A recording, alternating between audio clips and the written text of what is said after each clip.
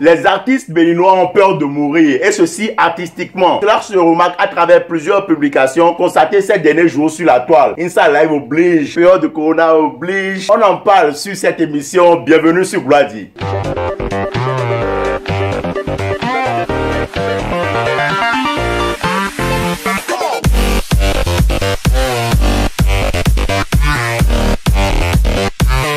Avant de commencer cette vidéo, je voudrais déjà commencer par rendre un vibrant hommage à l'illustre artiste Assa Sika qui a rejoint les ancêtres, qui est parti de l'autre côté de Alada depuis quelques jours.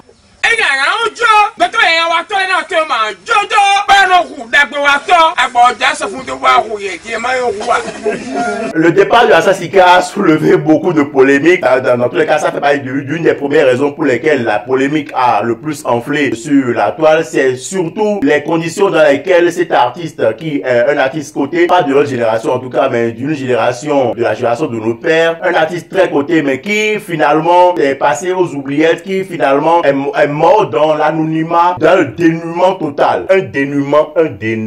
Ah, Johnny! Il est parti d'un dénuement total. Et cela a soulevé, c'était une vague en fait de contestation, mais aussi de messages de la part des artistes déjà qui subissent en cette période de coronavirus une pause drastique en matière de travail, pas de rendement, ils sont confinés à la maison, pas de travail, du coup ils s'imaginent leur vie. La plupart d'entre eux vivent actuellement survivent grâce aux économies qui sont en train de s'effriter petit à petit. Mais c'est dégueulasse ça.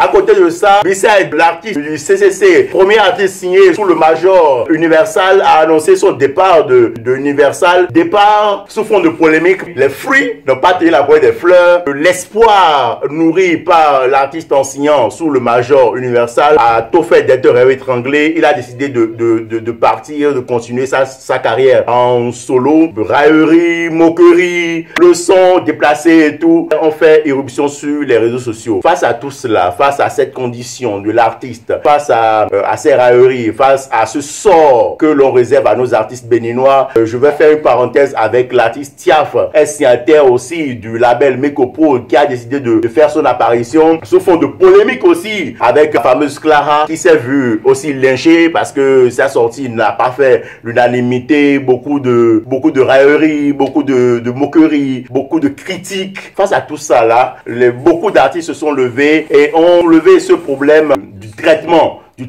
ou du sous-traitement en fait des artistes béninois. Vano Baby qui fait une vidéo et qui clash tout le monde. Moi je me demande, a-t-on besoin vraiment de cela? Je crois que le travail devrait être personnel au niveau de chacun. Mais aussi, cela me fait rappeler la chanson de Credo qui dit Académie la puissance. Je gagne 200 000 aujourd'hui, je bouffe 150 000, je ne fais pas des économies et je compte sur un autre conseil pour pouvoir vivre. On vit au-dessus de nos moyens. Du coup, à un moment donné, quand il y a pénurie, quand il n'y a pas de scène, ou bien quand on est en dessous des projecteurs, on n'arrive pas à s'en sortir. Beaucoup d'artistes, et que ce soit de l'ancienne que de la nouvelle génération, finissent très mal parce qu'ils ont, à un moment donné, ils n'ont pas anticipé sur une retraite, ils n'ont pas anticipé sur un investissement qui va à long terme. Voilà le sort qu'on réserve à nos artistes. Vano disait, donc si un jour il était en baisse de forme, c'est de cette manière qu'on allait le traiter. Bon, lui il est allé, il n'est pas allé du dos de la cuillère comme à son habitude, s'en prendre à ceux qui le suivent. D'une manière ou d'une autre, il faudrait dire à Vano que même ceux qui l'insultent, même ceux qui sont contre, qui disent être contre sa musique, qui trouvent des trucs à dire par rapport à sa musique, c'est forcément parce qu'ils suivent sa musique et c'est parce qu'ils sont des fans. En réalité, c'est les vrais fans, même ça. Donc, à un moment ou à un autre, il arrête de nous faire du Arafat au Bénin parce que à un moment donné, ça va capoter.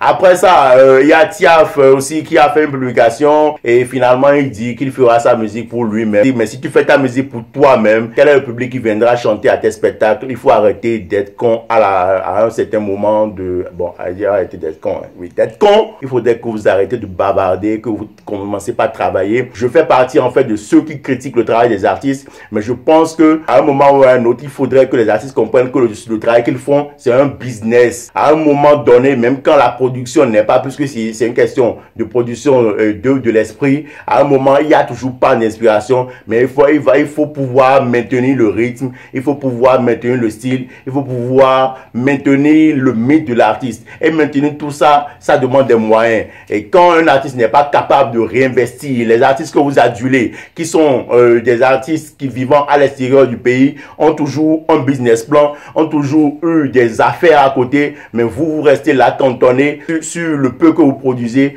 ignorant qu'à un moment ou à un autre, tout ce qui a commencé aura une fin. Il y en a marre, foutez-nous la paix, travaillez.